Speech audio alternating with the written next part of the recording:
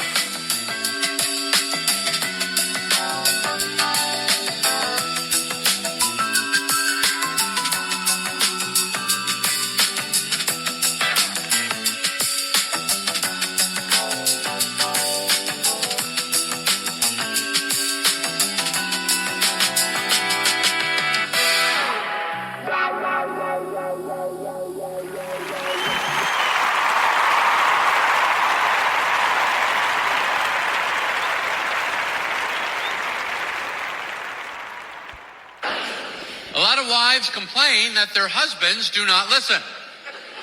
I have never heard my wife say this. She may have. I don't know. But here's what I do know. Ladies, your husband wants to make you happy. He's working on it. He's planning it. He's thinking about it every second. He cannot do it. He cannot do it. He does not know how to do it. Sometimes Good morning. It's Tuesday, Trump Tuesday, May the 19th, and this is The True Conservative. Welcome to all the butchers, bakers, and candlestick makers out there. I'm Ron, your host, and the only true conservative in the United States today. So today, after the Serenity Prayer and the patriotic song of the day, we will have Varney and Company, motivation, meditation, and President Trump. All that and more when I get back.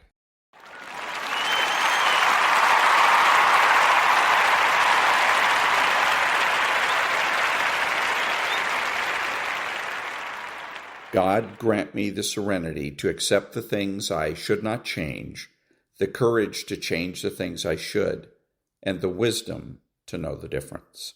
Amen.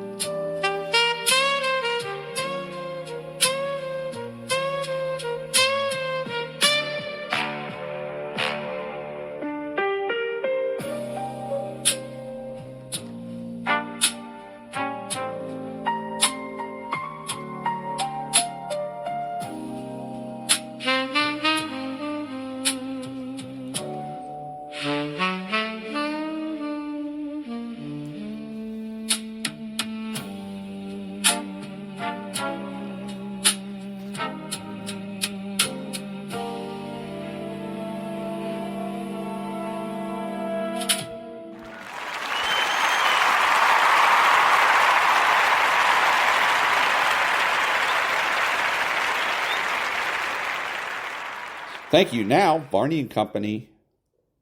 Company picks it up now. Stu, take it away. Good morning, Maria. Good morning, everyone. One more time, the president has called off the attack on Iran that had been scheduled for today. The leaders of Saudi Arabia, Qatar, and the UAE had asked him to hold off on the strike in light of serious negotiations on a peace deal. The president made clear that the U.S. military is prepared to go forward with a full, large-scale assault at any moment, or at a moment's notice, to use his words. On that news, the price of oil firming up. You're at $108 a barrel right now. The price of gasoline, that's up a couple more cents. You look looking at 4.53 as the national average for regular. California staying put at 6.14. Diesel up a little. Now it's an average of 5.65 a gallon across the country. Stocks, well, mostly lower today. The Dow coming in with a loss of about 70 at the moment. Small loss for the S&P. It's the Nasdaq that's going down mostly down nearly 200 points. Bitcoin, that's now in the mid $70,000 range, 76.8 to be precise. Interest rates firm, the 10-year Treasury yield going up to 4.63%. Stocks don't like that. The 2-year, 4.09%. On the show today, President Trump's authority within the GOP tested in several primaries, in particular, Thomas Massie, the sharp Trump critic running to retain his seat in Kentucky. Elon Musk lost his lawsuit against Sam Altman. The court said he just waited too long to file. Musk says that is just a technicality. He'll appeal. There's a flood of news on AI this morning, summed up in the Journal headline, "The American rebellion against AI is gaining steam. We will question whether the growing opposition will hurt America's effort to stay in the lead in the AI industry." Zohan Mandami tries to turn the tables on Ronald Reagan. Reagan was skeptical of government. Mandami is a true believer. He thinks that government-run grocery stores will deliver cheap food for New Yorkers. We will editorialize. Reagan was right. Mandami's wrong. It is Tuesday, May 19th, 2026. Varney and Company is about to begin. And that was Stu Varney. And let's see, he's going to be doing his My Take. We'll see if he actually takes sides. That's called an editorial. We'll see if he actually editorializes. Nonprofit news now. Back in a minute.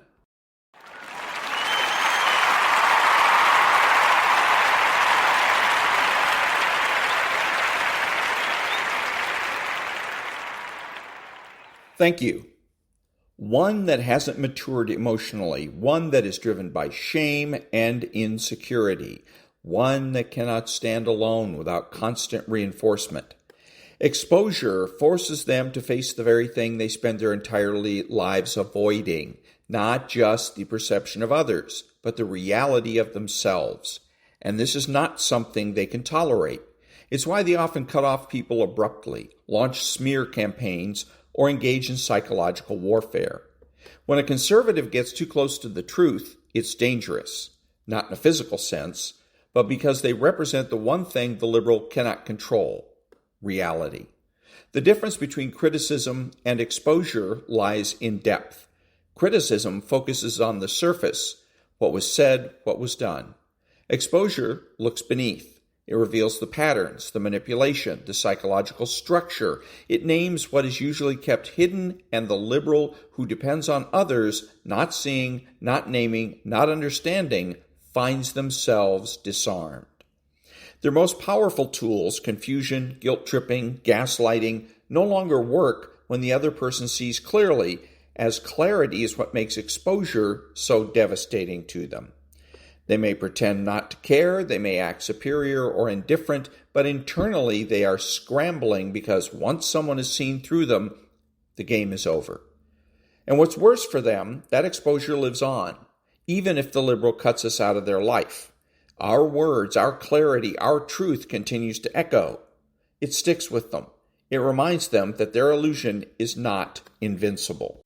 And it changes the way others see them too, even if only subtly.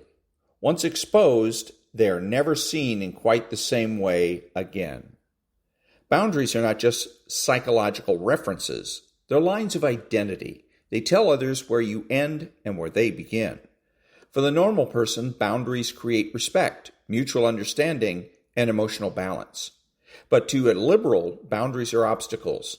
They're seen not as healthy expressions of individuality, but as threats to control. Liberals function in environments where they can intrude, manipulate, and override our sense of self.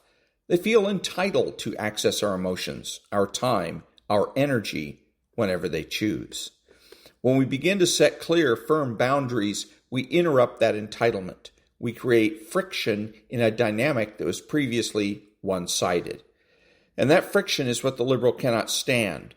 A liberal's power relies on blurred lines. They want us to question our feelings, second-guess our instincts, and remain confused about what is acceptable and what is not. This confusion is their playing field. It allows them to guilt trip, gaslight, and shift blame without resistance. But the moment we draw a clear boundary, the rules of the game change. We're no longer passive. We're no longer accessible. We are no longer feeding their need for dominance. And because liberals interpret resistance as defiance, boundaries are often met with anger, sarcasm, or manipulation. They will push back not because the boundary is unreasonable, but because it signifies something intolerable to them. We are asserting control over ourselves. Saying no to a liberal is not a small act. It's a disruption. It tells them that their influence has limits. It forces them to confront the reality that we are not a tool, not an extension of their ego, not someone who can be molded for their convenience. And it doesn't just affect them. On the surface, it strikes at their core fear, being powerless over someone they once controlled. The liberal will test boundaries in subtle ways. At first, they might pretend to misunderstand our words, they might mock our seriousness, or they might act hurt to provoke guilt. But each time we reinforce the boundary, each time we hold the line, they feel it. We are communicating something that no manipulation can override. We see them, we know the pattern, and we're not afraid to protect ourselves from it. Many people hesitate to set boundaries with liberals because they anticipate conflict, and that fear is not unfounded. Liberals do not respect boundaries. They challenge them. They frame them as attacks or betrayals. They escalate behavior to provoke a reaction, hoping to draw us back into their dynamic. But what they fail to understand is that calm, consistent boundary resetting is not about revenge or rebellion. It's about truth. It's about anchoring ourselves in what is real, what is healthy, and what is necessary. And in doing so, we expose the liberals' dependence on our lack of clarity. We reveal how deeply their sense of power relies on others' emotional openness without limits. The liberals' fear of boundaries is rooted in the fact that boundaries require accountability. When we refuse to engage in a conversation because they are raising their voice, we're not just making a demand, we're highlighting a standard. That standard implies consequences. It implies that their behavior matters, that it is seen, and that it has limits.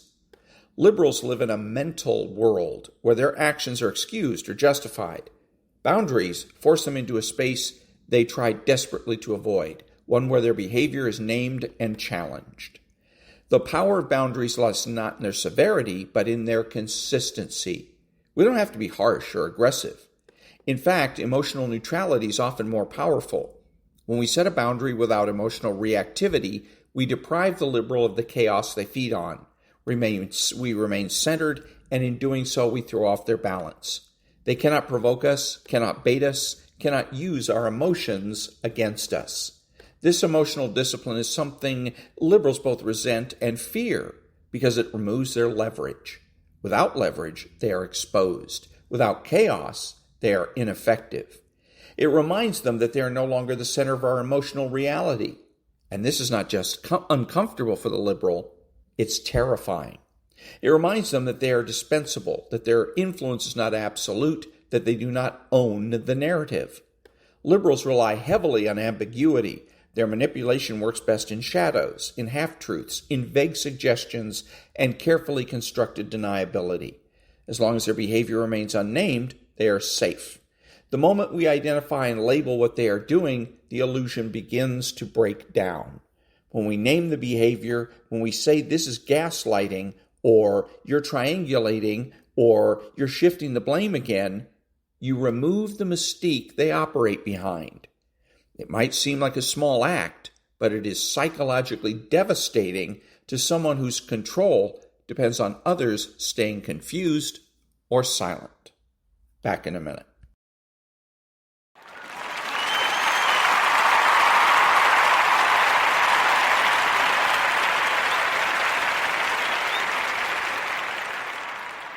Thank you. Now a little something from Varney and Company.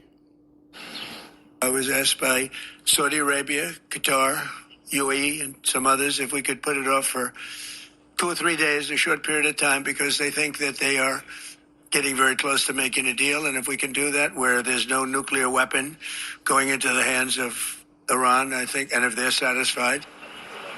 So the U.S. also wants Iran to... Anyway, so mistake is being made. Number one is that Donald Trump is approaching this from a deterministic standpoint. He is suggesting that it is the Gulf states that are running the process now.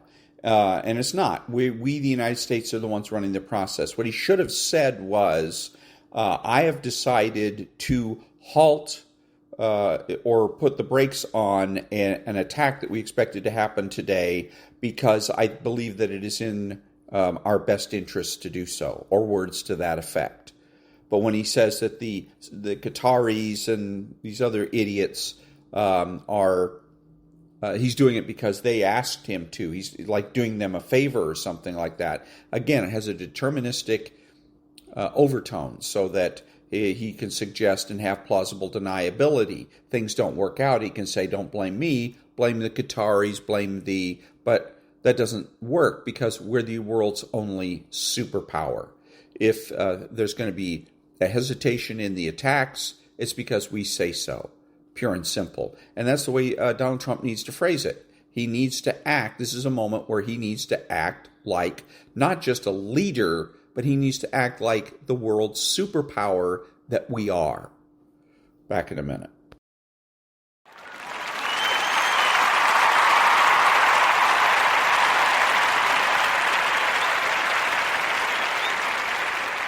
Thank you, and now, motivation. There's another kind of instinct that you need to be on the lookout for, and this one is a liar. This one is a saboteur. This one is a backbiter. This is the instinct that says, you've had enough. You've given it your best shot. You can stand down. You can back off. You can rest now. Do not listen to that instinct. Do not listen. And that is the instinct you need to fight. You need to push back, to smash into the ground. Train that instinct. Train it to say, get up, go, fight on. Everybody wants to be a beast. Everybody wants to be number one. Everybody wants to be the best. Everybody wants to succeed. Everybody wants to have, to be, and do what they feel they've been called to do. The challenge becomes that most of us, when it's time to do what beasts do, we don't do it. So, E.T., what do you mean? Look, I told you, I wake up at 3 o'clock in the morning. I just woke up recently and it was 2:45. And the average person to me said, E.T., just pull the covers back over you. It's okay. You got 15 minutes. But the phenomenal in me said, E.T., if you go back to sleep for those 15 minutes, there's no guarantee you're going to get up at 3 o'clock. If you go back to sleep right now, you might wake up and it's 4 o'clock. You might wake up and it's 5 o'clock. You might wake up and it's 6 o'clock. All you have is right now. Are those 15 minutes that sweet that you're going to push back your dream, that you're going to push back your goal? Everything you've ever wanted, son, you're right there. You're so close. You're closer than you've ever been before. Those 15 minutes are not worth the rest of your life. Those 15 minutes are not worth you slipping down the chart. That is not worth it because you wake up at 3:30, some other kid's getting up at 3 and he's got 30 minutes on you today. So I need you not only to want to be a beast, I need you to get in beast mode and stay in beast mode. I need you to put on beast mode. I need you to live in beast mode. Everybody's got a dream. Everybody's got a goal. Everybody wants something in life. But many of you in this room right now, your beast mode is idle. Your beast mode is not turned on. And when you leave this place, I'm telling you, your life is going to go to a whole other level if you can learn to turn that switch on and keep that switch on. You don't punish yourself, it's never going to happen. You don't punish yourself. Somebody said, E, you're losing weight. I punish myself. I don't eat meat no more. That's a punishment. I had to give something up to go up. What do you give up? Do you not watch TV? That's your problem. You getting to watch TV and not make money and still survive. The reason why you broke is because you getting a reward and you ain't working. You got to stop playing. Most of you, what happens is when everything is favorable, you a beast. But when the conditions ain't right, you get smacked in the face. You got to grow up. You got to be a morning person. person, afternoon person, night person. You got to be when you feel good person, when you sick person, when you tired person. And you don't get here by quitting when you tired. You get here by quitting when you finish, when you done. You don't stop when you tired. You stop when you done. You stop when you complete it, when you execute it. Execution is worship.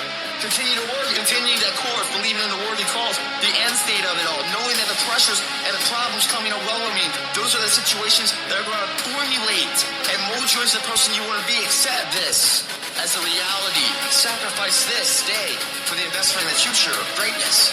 You gotta take that thing out, like, you gotta take the breath out. So some of y'all are afraid of math. Go after it. Go get it. Don't run from it no more. Go get it. You go in there and go get that grade. You go in there and get that information so you can pass that class. You gotta go get it. I want you to go in confidence that you've never had before. And every giant in your life, slay them. You go back and slay them. Don't kill them, slay them. I'm tired of people talking about, I want to be successful. I'm tired of people saying, I want to be great. Look, everybody wants to be a beast until it's time to do what real beasts do. And let me tell you something, that means getting up early and going to bed late. That means you don't go to sleep when you're tired. You go when you're done. So remember, success is never on discount, and greatness ain't never on sale. I challenge you to have more. I challenge you to do more. I challenge you to be more. You gotta get this beast mode. You gotta embody beast mode. Everything about you have to say, I ain't playing. If it's to have, I'm gonna get it. And I ain't leaving none of it behind. It's mine. Beast mode. And that was motivating. Back in a minute.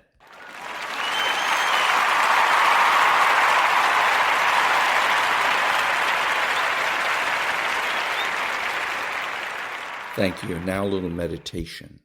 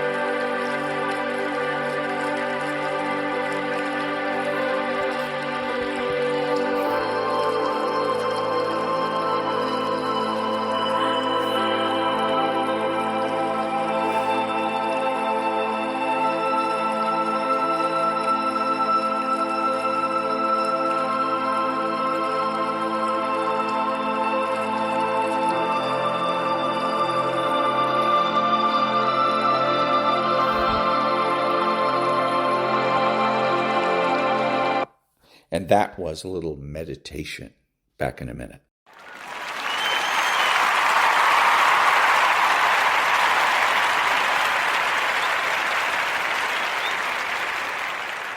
Thank you. And now the Mossad. Let's get into today's content. Tehran, January 2007. Dawn breaks cold over the city, and Dr. Ardashir Hosseimpour walks across the parking lot toward his silver Peugeot. He's a nuclear scientist, one of Iran's best, and he's running late for work at the Isfahan uranium conversion facility. His breath fogs in the winter air as he unlocks the door, slides behind the wheel, and turns the key in the ignition. The engine turns over. No explosion, no gunfire, no drama whatsoever. He drives to work, passes through security, and begins his shift like any other day. 3 weeks later, his centrifuges fail catastrophically. 6 months of research destroyed in minutes. He'll spend the rest of his career trying to figure out what went wrong, but he never will. The answer isn't in his lab. It's not in his equations. The answer is in Tel Aviv, in the hands of a man who's already moved on to the next target. Meir Dagan receives the confirmation with no celebration, no satisfaction, just a slight nod. His cynical smile doesn't reach his eyes as he closes the file and opens another. There are 12 more scientists on the list, 15 more facilities to compromise, and 20 more operations running simultaneously across 3 continents. This is how modern wars are won, not with armies crashing across borders, but with ghosts who leave no fingerprints and shadows that strike years before anyone realizes they've been hit. Back to 2002, back to the moment when Mossad was broken, and one man decided to make it lethal again. Meir Dagan walks into Mossad headquarters for the first time as director in September 2002, and the building feels like a morgue. Officers move through corridors with the defeated shuffle of people who've stopped believing in their own mission. The agency that once terrified enemies across the Middle East has become paralyzed by risk aversion, strangled by bureaucracy, and haunted by spectacular failures throughout the 1990s. Morale isn't just low, it's non-existent. Field operatives are requesting desk jobs because going operational means career suicide when missions collapse under layers of political interference and legal reviews that never end. The botched assassination attempt in Jordan in 1997 still hangs over everything like a curse. 2 Mossad agents tried to kill Hamas leader Khalid Mashal by spraying poison in his ear on a crowded Amman street. But they were caught immediately, triggering a diplomatic catastrophe that forced Israel to release the founder of Hamas in exchange for their captured operatives. The mission was so poorly planned, so recklessly executed, that it became a case study in how not to run intelligence operations. Since then, Mossad has been gun-shy, second-guessing every move, drowning in approval processes designed to prevent another embarrassing failure. Dagan calls a meeting with senior officers within his first week. No press, no public announcement, just a closed-door session with the men who've been running operations, or failing to run them, for the past decade. He sits at the head of the conference table, 62 years old, but still carrying himself like the combat officer he was during his decades in the Israel Defense Forces. His face is weathered, his expression unreadable, and when he speaks, his voice has the flatness of someone who's made peace with violence a long time ago. If you are not willing to kill, resign now. The room goes silent. No one moves, no one speaks. The statement hangs in the air like a grenade with the pin pulled, and every officer in that room understands exactly what Dagan just told them. The era of cautious intelligence gathering is over. The era of risk assessment committees and endless legal reviews is finished. Mossad is going back to what it was always meant to be, a weapon, not a research department. Within 3 months, dozens of senior figures quietly disappear from the agency. Not fired with public scandal, but eased out with early retirements, lateral transfers to meaningless advisory positions, and reassignments that everyone recognizes as career death sentences. The bureaucrats, who built their reputations on saying no to risky operations, find themselves with nothing to do and nowhere to go. The risk-averse managers who prioritize political cover over operational success are replaced by younger officers who grew up hearing stories about Mossad's glory days and are hungry to make those stories real again. Dagan doesn't just purge the leadership, he rewrites the entire operational framework. The old system required layers of approval for every mission. Political clearance, legal review, risk assessment, contingency planning, and final sign-off from multiple government ministries. Operations could take months to approve, and by the time they got the green light, the intelligence was stale, and the targets had moved. Dagan eliminates most of those layers. He creates a system where operational cells can move from intelligence identification to action within days, sometimes hours, without waiting for politicians to debate the ethics of killing enemies who are actively working to kill Israelis. He authorizes parallel operations instead of single-track missions, which means Mossad now runs multiple approaches to the same target simultaneously. If one team's plan fails, another team is already in motion with a completely different strategy. If one operation gets compromised, it doesn't burn the entire mission because the backup operation was never connected to the first one in any way that could be traced. This approach costs more money, requires more personnel, and creates coordination challenges, but it also makes success far more likely and failure far less catastrophic. The restructuring goes deeper. Dagan breaks down the traditional hierarchical command structure and creates semi-independent cells that operate with minimal oversight. These cells report results, not plans. They inform headquarters after operations complete, not before they begin. The reduction in paper trails is intentional and dramatic.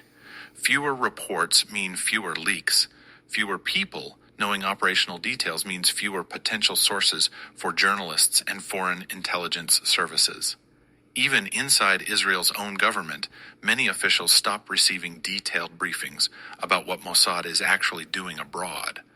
The shift in culture is immediate and brutal.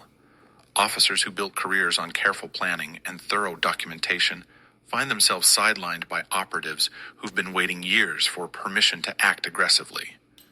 The new Mossad values deniability over diplomacy, results over relationships, and operational success over political considerations. When foreign governments complain about suspicious deaths or unexplained incidents in their countries, Israeli officials can honestly say they don't know what Mossad did because Dagan designed the system so that they wouldn't know. By late 2003, targeted killings have quietly resumed after years of diplomatic scandal forced Israel to publicly deny such operations. But these aren't the crude assassination attempts of the 1990s. Dagan's Mossad operates with surgical precision and theatrical misdirection. Deaths are staged as accidents, car crashes on mountain roads, heart attacks in hotel rooms, unexplained illnesses that puzzle local doctors. When targets die from apparent natural causes, there's no investigation, no international incident, and no diplomatic crisis. The families hold funerals, the media reports tragic accidents, and Mossad moves to the next target. Some operations are outsourced through non-Israeli intermediaries, operatives with no connection to Israel who can't be traced back even under interrogation. These intermediaries are paid through untraceable channels, given only the information necessary for their specific task, and never told who hired them or why. When police investigate these deaths, they find evidence pointing to criminal organizations, business disputes, or personal vendettas. The trail never leads to Tel Aviv. But here's what almost no one knows. Several missions reportedly fail on purpose mid-execution when Dagan personally decides the political exposure is too high. Agents are in position, weapons ready, surveillance complete, and then receive abort codes seconds before pulling triggers. They walk away, leaving targets alive, because Dagan has calculated that the diplomatic fallout from potential discovery outweighs the tactical benefit of eliminating one more enemy. These aborted missions never appear in any official record. The operatives involved never speak about them. The targets never know how close they came to dying. This is the new Mossad, lethal when necessary, but coldly pragmatic about when to strike and when to vanish. And in 2004, Dagan turns this rebuilt weapon toward Israel's greatest strategic threat. Iran's nuclear program has been accelerating throughout the early 2000s, and Israeli intelligence estimates that Tehran is perhaps 5 to 7 years away from producing a functional nuclear weapon. Israeli military leadership begins planning airstrikes, massive bombing campaigns targeting nuclear facilities across Iran. But Dagan opposes this approach with an intensity that surprises everyone in the Israeli security establishment. He doesn't believe airstrikes will work. He believes they'll trigger a regional war, unite Iranian public opinion behind the regime, and ultimately only delay the nuclear program by a few years before Iran rebuilds underground. Dagan proposes something different. He wants to turn Iran itself into what he calls a living battlefield. Not a place where armies clash in open combat, but a theater where covert operations run continuously, where sabotage compounds over months and years, where the nuclear program bleeds personnel and resources and progress until it collapses under accumulated damage that Iran can't even fully identify, much less repair. The Israeli government approves his plan, and Mossad begins constructing what will become the most extensive covert campaign against a single target in modern intelligence history. The first priority is penetration. Mossad needs assets inside Iran's nuclear supply chain, and not just low-level informants, but people with access to procurement networks, technical specifications, and shipment schedules. Recruiting Iranians to betray their country is difficult, dangerous, and time-consuming. Some are motivated by money, enormous sums paid into foreign accounts they can access if they ever escape Iran. Others are motivated by ideology, dissidents who hate the Iranian regime and want to see it fail even if they're personally destroyed in the process.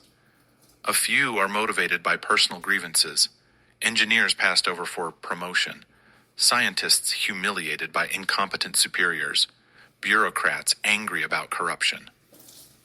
Mossad approaches these potential assets carefully, using intermediaries who can make initial contact without revealing Israeli involvement. The pitch varies depending on the target, but the core message stays consistent. Iran's nuclear program is dangerous for the entire region, including Iran itself, and the person being recruited has the power to prevent catastrophe by providing information or access. Some recruits never know they're working for Mossad. They believe they're helping European intelligence services or international non-proliferation organizations. The deception protects both the asset and the operation. By 2005, Mossad has human sources throughout Iran's nuclear infrastructure.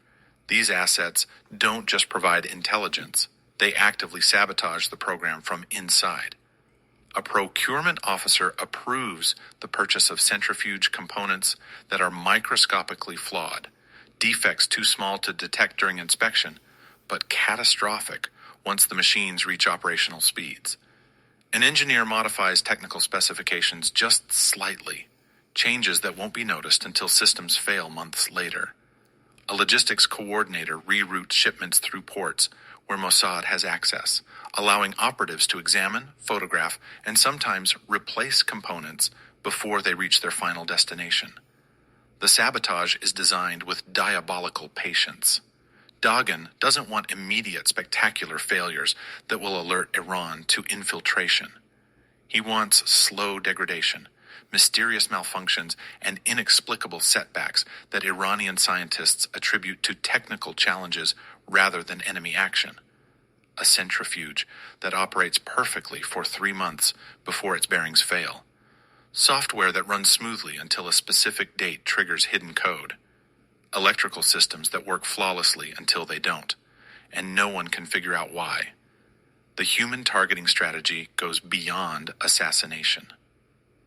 Dagan realizes that killing Iranian nuclear scientists creates martyrs and motivates replacements to work harder. Instead, some scientists are systematically discredited through carefully planted evidence of corruption or incompetence. A researcher finds himself accused of embezzling funds, his career destroyed even though the evidence was manufactured by Mossad. An engineer is framed for leaking secrets to foreign powers, spending years in Iranian prisons, while his colleagues question everything he ever worked on. A program director is quietly removed from his position after Mossad arranges for his superiors to believe he's been compromised by Western intelligence, which is technically true, but not in the way his superiors think. Other scientists simply disappear from the nuclear program without violence.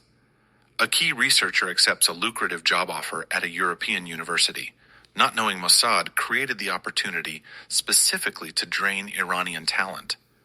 A physicist decides to emigrate after his family receives mysterious threats that are actually Mossad operations designed to make Iran feel dangerous. An administrator retires early after his health mysteriously declines, the result of long-term exposure to substances that Mossad introduced into his daily life in ways too subtle to trace. The physical sabotage campaign runs parallel to these human operations and causes even more damage than the cyber warfare that will later make headlines. Defective components are manufactured by front companies controlled or influenced by Israeli intelligence, sold through legitimate supply chains, and delivered to Iranian facilities where they're installed without suspicion. These components are designed to fail after specific timeframes or usage levels, creating cascading problems throughout interconnected systems. A valve that will fail after 6 months of operation. Ball bearings that will degrade after 10,000 rotations. Circuitry that will short out after 300 power cycles. The timeline is calculated so that by the time systems fail, the operatives who planted the sabotage have been reassigned to other missions or retired from service entirely. Attribution becomes impossible. Iranian investigators tear apart failed equipment looking for evidence of tampering. But the defects are built into the manufacturing process itself, hidden in metallurgy and molecular structure that appears normal until stress reveals the flaws. Some sabotage remains dormant for years. A shipment of industrial computers delivered to Iran in 2006 contains embedded code that won't activate until 2009, when it will suddenly corrupt data across networked systems. A batch of specialized tools sold to Iranian contractors includes pieces that will fracture after specific usage patterns, but those patterns won't occur until the tools are used in maintenance operations years in the future. Mossad is playing a long game, planting time bombs that won't detonate for so long that Iran won't even remember when the compromised equipment was acquired. The cumulative effect is devastating. Iran's nuclear program lurches from crisis to crisis, breakthrough to breakdown, progress to puzzling regression. Scientists work for months to achieve results that then vanish in inexplicable failures. Equipment that passed every inspection suddenly malfunctions. Data that appeared reliable turns out to be corrupted. The Iranians suspect sabotage, of course, but they can't determine the extent of the penetration or identify all the compromised systems and personnel. They don't know if the problem is one infiltrator or dozens, one shipment of defective equipment or hundreds, one piece of corrupted software or an entire network of digital weapons. Iranian security services begin paranoid internal investigations, purging their own personnel based on suspicion rather than evidence, which is exactly what Mossad wants. The more Iran distrusts its own people, the harder it becomes to make progress. Scientists stop sharing information freely because they fear being accused of espionage. Engineers refuse to report problems because they don't want to be blamed for sabotage they didn't commit. The nuclear program becomes paralyzed not just by external attacks, but by internal suspicion that Mossad deliberately cultivated. And then Stuxnet enters the picture, and the entire world finally gets a glimpse of what Dagan has been doing in the shadows for years. Stuxnet is a computer worm, a sophisticated piece of malware that specifically targets industrial control systems made by Siemens, the exact systems Iran uses to operate centrifuges at its Natanz nuclear facility. The worm is discovered in 2010, and security researchers who analyze it are stunned by its complexity. This isn't ordinary malware created by criminal hackers. This is a weapon built by people with deep knowledge of industrial systems, uranium enrichment, and Iranian nuclear infrastructure. The code is so advanced that it must have required teams of programmers working for months or years with substantial funding and resources available only to nation-states. Stuxnet infiltrates Iranian nuclear facilities through infected USB drives, spreading through networks until it finds its specific target, the programmable logic controllers managing centrifuge operations. Once embedded, the worm does something diabolical. It makes centrifuges spin faster or slower than optimal speeds while simultaneously reporting normal operation to monitoring systems. Iranian engineers watching their control panels see perfect data while their centrifuges physically tear themselves apart. By the time Iran realizes what's happening, hundreds of centrifuges are destroyed, and the entire enrichment program is set back by months or potentially years. The media calls it the first cyber weapon, the opening shot of digital warfare, and speculation focuses on Israeli and American intelligence services as the likely creators. Neither government confirms or denies involvement, but the fingerprints are clear to anyone paying attention. The worm specifically targets Iranian systems and was delivered through methods that require human intelligence on the ground, exactly the kind of hybrid cyber-physical operation that Mossad specializes in. But here's what the media coverage misses. Stuxnet is only the visible tip of a massive covert iceberg. The cyber sabotage gets attention because it's discovered and analyzed by researchers who can explain what happened.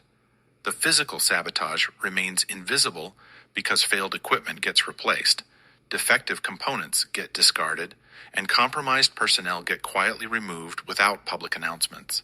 Stuxnet damages hundreds of centrifuges. Physical sabotage over the same period damages thousands of components across Iran's entire nuclear infrastructure. Stuxnet causes setbacks measured in months. Physical sabotage causes setbacks measured in years. The cyber campaign becomes famous. The shadow war remains secret. And inside Israel, a different war is erupting between Dagon and the military leadership that wants to bomb Iran into submission. Israeli Defense Force generals look at Iran's nuclear progress and see a military problem requiring a military solution. They develop detailed plans for airstrikes against nuclear facilities, complete with flight paths, ordnance calculations, and post-strike assessment protocols. They brief the Israeli cabinet on scenarios where squadrons of F-15 and F-16 fighter jets penetrate Iranian airspace, destroy critical facilities, and escape before Iranian air defenses can respond effectively. Some plans involve single massive strikes. Others propose sustained bombing campaigns over days or weeks. Dagon opposes every version of these plans with a ferocity that shocks military commanders accustomed to intelligence chiefs who defer to uniformed officers. He doesn't just disagree with the strategy, he considers it dangerously stupid. In closed-door meetings, he tells generals they're thinking like tanks, not shadows, trapped in conventional warfare mentality when the situation demands unconventional solutions. His argument is straightforward. Airstrikes will definitely damage Iranian nuclear facilities, but they won't destroy the program. Iran will rebuild underground, dispersing and hardening facilities to make future strikes impossible. The bombing campaign will unite Iranian public opinion behind a regime that's currently unpopular with significant portions of the population.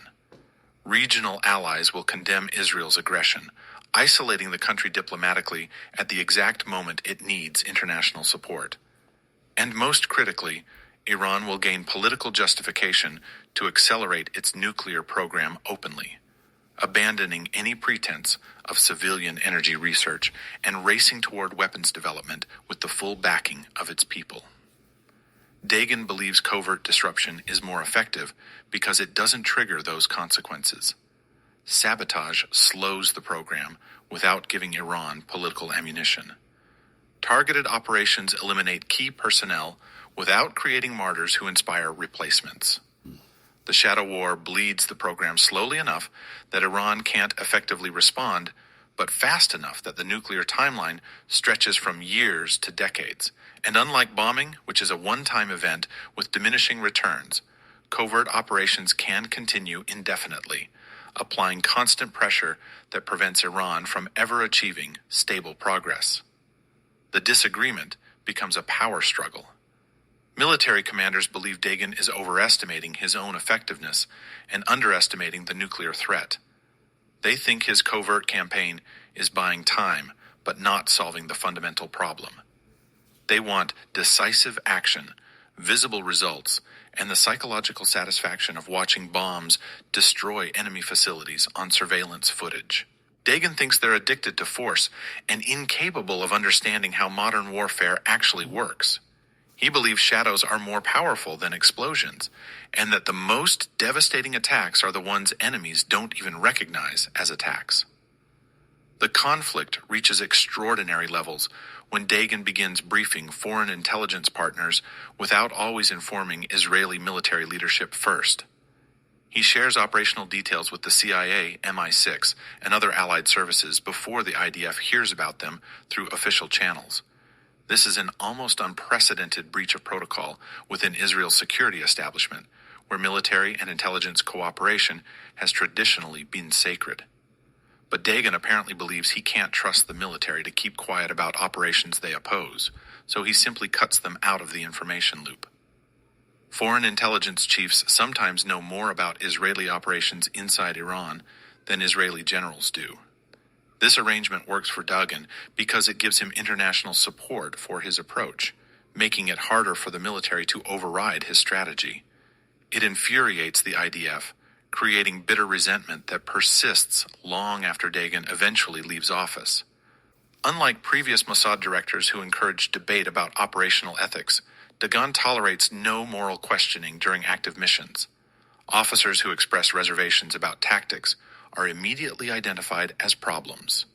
Some are reassigned to meaningless positions where they can't influence operations. Others are sidelined through subtle career sabotage, passed over for promotions, excluded from important meetings, marginalized until they resign out of frustration. A few are directly told that if they're uncomfortable with the mission requirements, perhaps they're not suited for intelligence work anymore. The message is clear and consistent. Mossad under Dagon values psychological resilience over ethical sensitivity. Operatives are expected to execute orders without internal debate about whether those orders are morally justified. The agency selects for people who can rationalize violence, deception, and morally ambiguous actions as necessary costs of protecting Israel.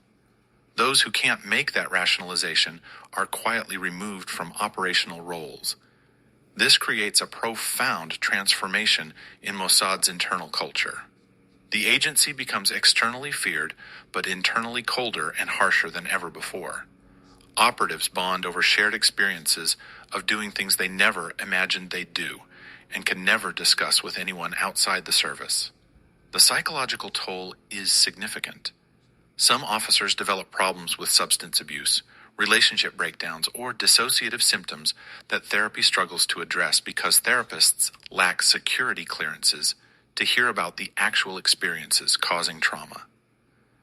Dagon apparently believes this cost is acceptable. He thinks intelligence work at the highest level requires people willing to sacrifice not just their safety, but their moral comfort. He sees ethical debate as a luxury Israel can't afford when enemies are actively trying to acquire weapons that could destroy the country. In his worldview, the operatives who suffer psychological consequences from the work are casualties, just as surely as soldiers wounded in combat, and their sacrifice is equally necessary for national survival. But even as Dagon purges dissent inside Mossad, the Israeli public remains divided about how to handle Iran.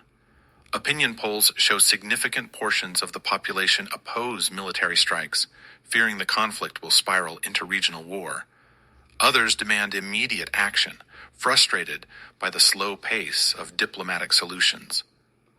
Few people outside the intelligence and military leadership have any idea how extensive the covert campaign actually is. They debate hypothetical military options without realizing the shadow war has been raging for years. By 2010, the results of Dagon's strategy are becoming undeniable. Iran's nuclear program has been set back by multiple years, according to intelligence estimates. Key scientists are dead, compromised, or removed from positions where they could contribute to weapons development. Facilities have suffered setbacks that Iranian engineers still struggle to explain. The enrichment program lurches forward and then collapses again, making steady progress impossible. And yet, Dagon also knows the strategy has limits. Covert operations can delay, but probably can't permanently prevent a determined nation from acquiring nuclear technology. Eventually, Iran will overcome the sabotage, identify and remove compromised personnel, rebuild damaged systems with better security, and achieve weapons capability despite everything Mossad has done. The timeline has been extended from years to perhaps decades, but the fundamental problem remains unresolved. This understanding haunts Dagon even as he achieves spectacular operational success. He's bought Israel time, possibly even prevented a nuclear-armed Iran during his tenure, but he hasn't eliminated the threat. And he knows that the moment he leaves office, political pressure will build for military action as his replacement struggles to match his results. Dagon steps down as Mossad director in January 2011 after 9 years of transforming the agency into perhaps the most effective covert action service in the world. His reputation is formidable. Foreign intelligence chiefs regard him with a mixture of respect and unease. Enemies genuinely fear what he's built. Israeli politicians credit him with preventing war through operations that remain classified but clearly achieved strategic objectives. And then, Dagon does something that stuns everyone who knows him. He becomes one of the strongest public critics of military strikes against Iran. In interviews and public appearances, the man who spent nearly a decade running lethal operations against Iran now argues passionately against bombing the country. He warns that airstrikes would trigger regional catastrophe, unite Iranians behind their government, and ultimately fail to stop the nuclear program. He claims covert methods are still working and should be given more time. He accuses political leaders of rushing toward war when patient shadow operations could achieve better results with lower risks. The irony is extraordinary. The man who made Mossad lethal, who sanctioned operations that killed and compromised dozens of people, who restructured an entire intelligence agency around the principle that Israel must be willing to act ruthlessly against its enemies. This same man now argues against open military action. And that was Mossad. Back in a minute.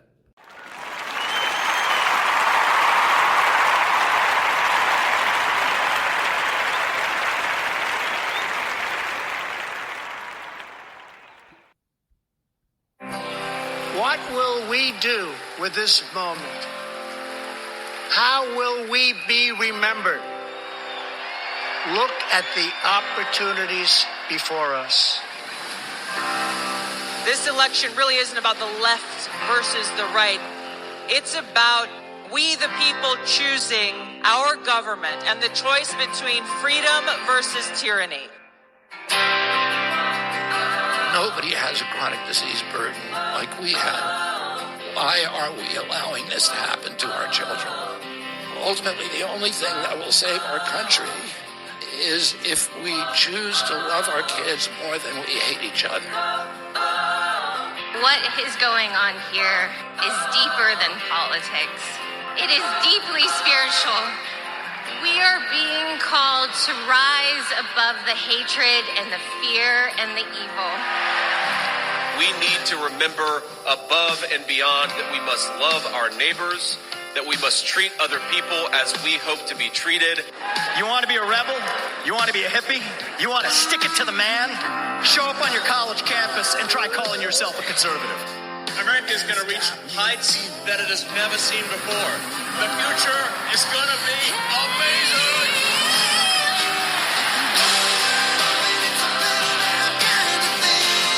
Don't you want healthy children? Don't you want a president that's going to make America healthy again?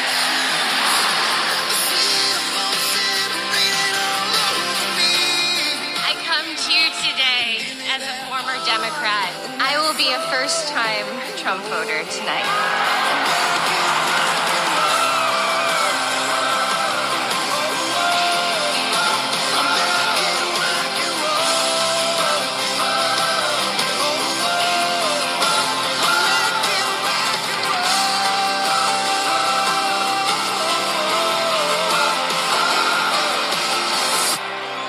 People dreamed this country, and it's the people who are making America great again.